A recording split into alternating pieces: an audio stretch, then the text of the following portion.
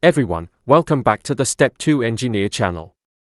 My name is Narin Nayan. The topic I want to share today is, what is a pressure vessel and how are pressure vessels built in industries? What is the meaning of pressure vessel?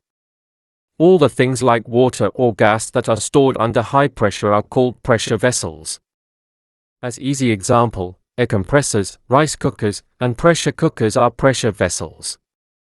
Just like that, in industries or oil wells, we have big equipment that store a lot of air or water. Look at this picture. In this picture, there are big pressurized cylinders in these oil wells. All the heat exchangers that change the temperature of the liquid or vapor in the pipelines are generally considered to be pressure vessels. You may have seen the movie sense of pressure cookers cover flying huge bang with when the lid is suddenly opened. Or another sense is the welding cylinder flying and hit and explode when it accidentally falls down. I can't even dare to imagine how dangerous what would happen if these things happened in places like oil wells, places where there are a lot of people, and hospitals. This is because pressure vessels are classified as very dangerous items, because they burst open and can affect the lives of many people. That's why people have to follow specific guidelines, the design code when we need to construct the pressure vessel and heat exchangers. What are the exact design codes? If you are going to build these high-pressure pressure vessels, the industrial countries of the world will start building these things. At the beginning, I wanted to use these materials like this, but there was no design code, so I used more thickness to withstand high pressure. But he built it the way he wanted to build it, and I built it the way I wanted it to be built. At that time, there are a lot of fatal accident and incident during and after fabrication process. Because of these kinds of problems, the powerful industrial countries start gather the experts and engineers together to determine rules and regulations which must be followed to build this product. Even though these rules and regulations are written, not everyone follow it, because it can cost a lot of money. If they ignore the rules and code, they can save money. Therefore, in the early time, some manufacturer who follow the rules can produce better and safer product.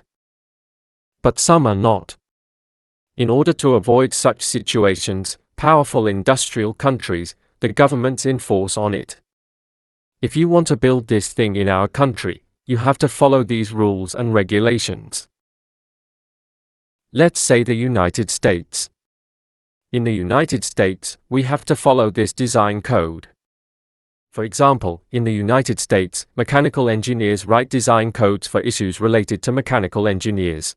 Because their organizations become societies are formed. One very prominent society is ASME, American Society of Mechanical Engineers, which usually controls these issues. They write design codes and practice. Parallelly, the United States writes in the American way, while Australia writes for Australia requirement. For those in Europe, they came up with the EN code. But over the years, if you look into the design codes, they all have similar requirements. So if we follow one of the design codes together with the requirement of respective codes, nearly most of the other design can be covered. When did those design codes appear? They didn't appear just recently. For example, the American Society of Mechanical Engineers, called ASME, appeared around 1880. At that time even the British started to conquer Burma yet. Because the British didn't even conquer Burma in 1885. Even that time, the engineers were thinking about this design code, and the requirements of pressure vessel. When the teams wrote a design code, hundreds of engineers worked together for respective area of written code. After listing all the requirements, they came out with a design code for this year. For 1880 edition of code came out. But because of human-made rules and codes, they cannot always be perfect. Even if people follow what the code specified, there is another problem happen due to another requirement and there is an explosion here. Therefore all the mistakes and weak points of last year design code edition were reviewed in the next year. 1880 edition code is edited the requirements and additional points to the 1881 edition. In this way new design editions came out every year until today.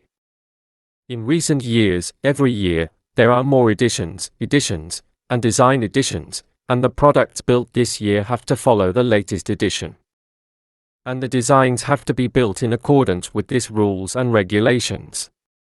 If the Americans' ASME code is like this, so the codes compiled by those in Europe and Australia's AS code are similar also.